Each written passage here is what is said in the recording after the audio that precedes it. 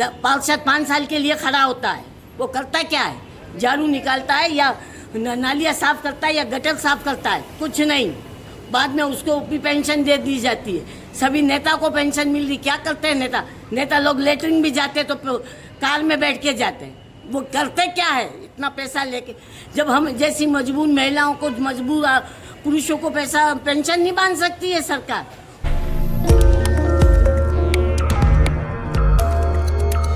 आज की बचत कल की सुरक्षा, इसी बात को ध्यान में रखते हुए आमजन अपने मेहनत की कमाई को कल के लिए बचत के लिए सजो कर रखता है, लेकिन आमजन की इस कमाई को भी नज़र लग चुकी है। इसी के चलते कोई भी सोसाइटी आती है और गरीबों की कमाई को चट कर जाती है। ऐसे में जब आम आदमी न्याय के लिए प्रशासन और राजनीतिक रसूखदारों के चक्कर काटता फिरता है, लेकिन वहाँ से भी उन्हें न्याय नहीं मिलता है। ऐसा ही कुछ आदर्श सोसाइटी से ठगे लोगों महसूस कर रहे हैं और न्याय के लिए सरकार और प्रशासन के खिलाफ नाराज़गी भी बढ़ती जा रही है।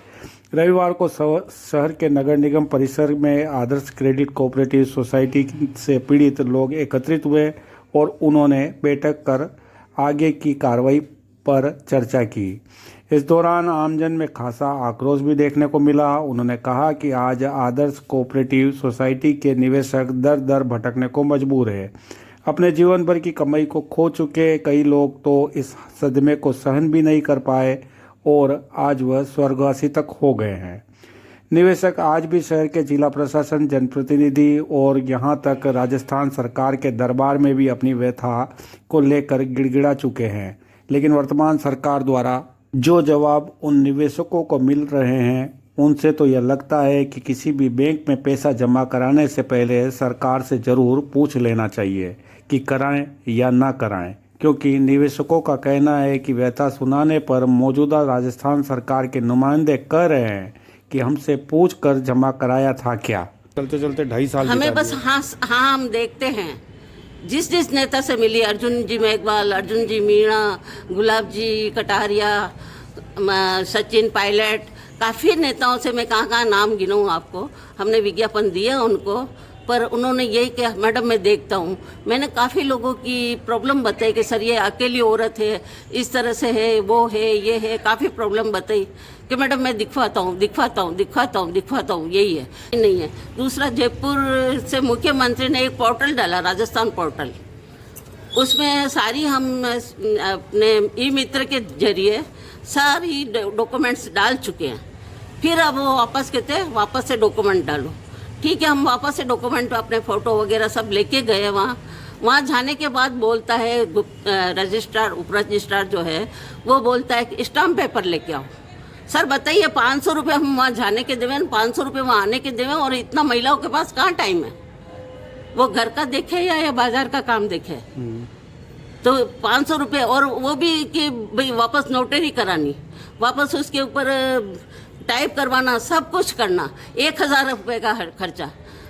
लेडीज़ कहाँ से लाएगी? जो घर नहीं चला पा रही वो लेडीज़ 1000 रुपये कहाँ से लाएगी? तो ये पोर्टल भी एक नाटकीय ढंग से चलाया हुआ है, तो ये भी बिल्कुल गलत है। ठीक है, तो इसलिए हम पोर्टल का तो बहिष्कार करते हैं। मौजूद एक वरिष्ठ महिला निवेशक ने तो सांसद, विधायक और पार्षद को मिलने वाले मानदेय पर ही सवालिया निशान खड़ा करते हुए यहाँ तक कह दिया कि किस बात का लेते हैं यह मानदेय। अगर सरकार इन्हें कुछ ना करने का मानदेय दे सकती है तो हम जैसी महिलाओं को पेंशन क्यों नहीं दे सकती। साथ ही चेतावनी देते हुए कहा कि आदर्श कोऑपरेटिव निवेशक 21 लाख लोग हैं। आने वाले चुनाव में संविधान से मिले मताधिकार का उपयोग भी ना ही करेंगे। सेविका, मेरा 10.5 लाख रुपया आदर्श में मैंने इन्वेस्ट किया था।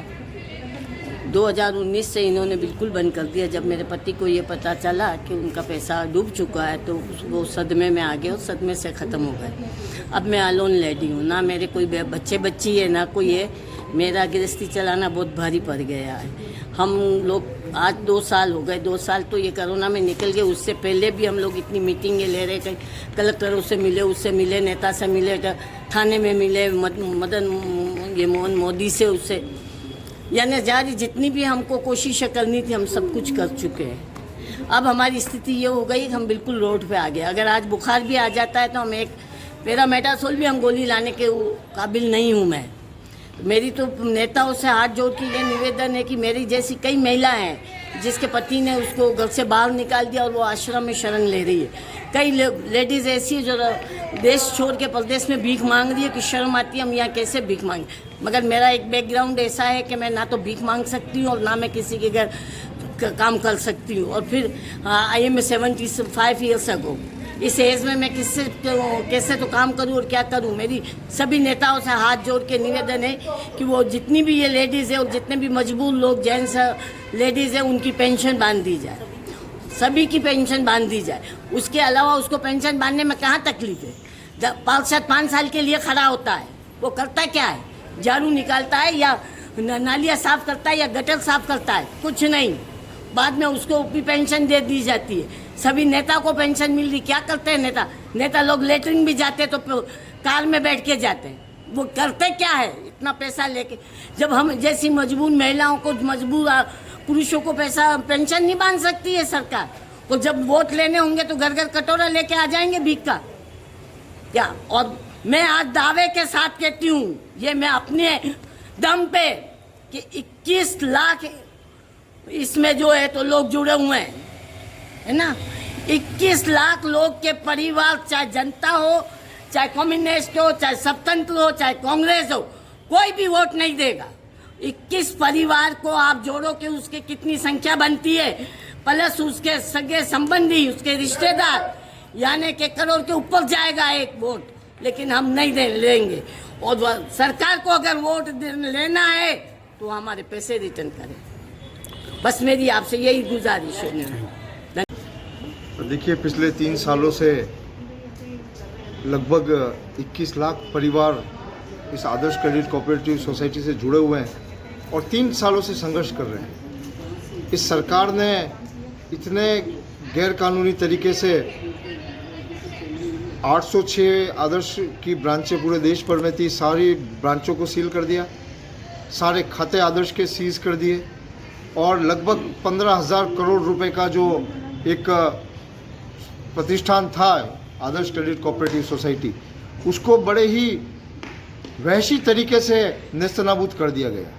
देखिए, इस देश में एक बहुत बड़ा षड्यंत्र चल रहा है कि सहकारिता के माध्यम से आम जनता को बहुत सी तरह की टैक्स रिबेट है और सरकार की यह नीति थी कि लोग सहकारिता में निवेश करें और आपस में लोग जो हैं वो एक दूसरे सदस्यों की सहायता करें, एक दूसरे को आर्थिक रूप से सक्षम बनाएं और एक आत्मनिर्भर भारतीय समाज खड़ा हो।